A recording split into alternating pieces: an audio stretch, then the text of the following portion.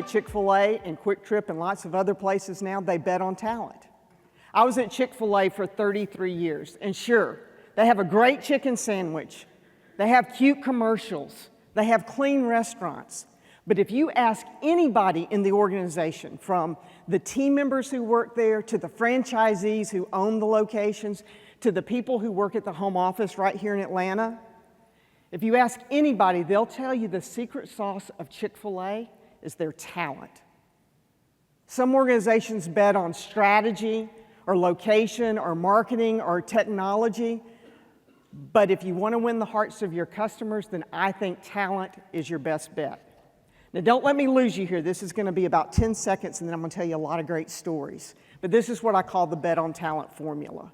You start with this remarkable culture of care, and that's where we're going to camp out in just a moment. And then you select extraordinary talent to execute that culture. And then you teach that talent how to provide amazing customer experiences. And when you do that over time, you become known for legendary customer service. Now, this culture is really important, this culture of care, because it's the firm foundation of everything. Think about this. The culture is the soul of your organization. Now, we know what our soul is. It's the core of who we are. So it's the core of the organization. And if the soul is healthy, so goes the organization. But if it's unhealthy, then the culture becomes toxic.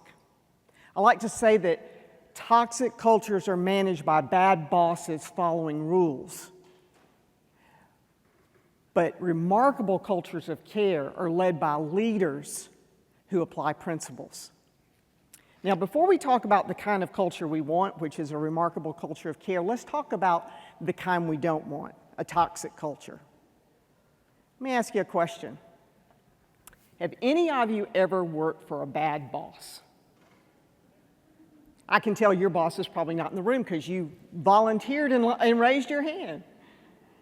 If your boss is in the room as we talk about this, you might want to just look right here at me. Don't wink at your best friend or anything like that across the room. I worked for a bad boss when I was right out of college. He hovered over me, constantly looking for an error. He docked my pay if I clocked in from lunch 30 seconds from my 30-minute lunch. But he took a nap after lunch every day. Now, I don't mean one of those 10-minute power naps. I mean a 2-hour full-on snoring nap. And he left strict instructions that he was not to be disturbed under any circumstances. And I had a front row seat to a real family feud. Being a family-owned business, the parents were fighting with each other, the children were fighting with each other, and the parents and children were fighting. Fear overshadowed any other emotion in this organization. The engagement was too low to measure, and turnover was measured in weeks and months instead of years and decades. Well, it's no wonder that the FBI showed up one day. And naturally, it was during nap time for the boss, and I was covering the front desk. So when the FBI agent asked me if they could see my boss, I did not say what you think I might have said, which was, yes, sir. No. I said, I'm sorry, that's not possible.